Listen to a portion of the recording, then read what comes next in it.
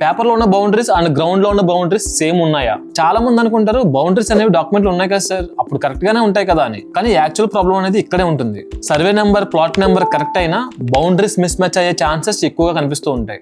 Example, papers లో north side 20 feet road ఉంటుంది, కానీ గ్రౌండ్ లో చూస్తే 10 feet రోడ్ మాత్రమే ఉంటుంది. సో ఇక్కడే మీ సరిహద్దులు అనేవి మిస్ మ్యాచ్ అయినట్టు.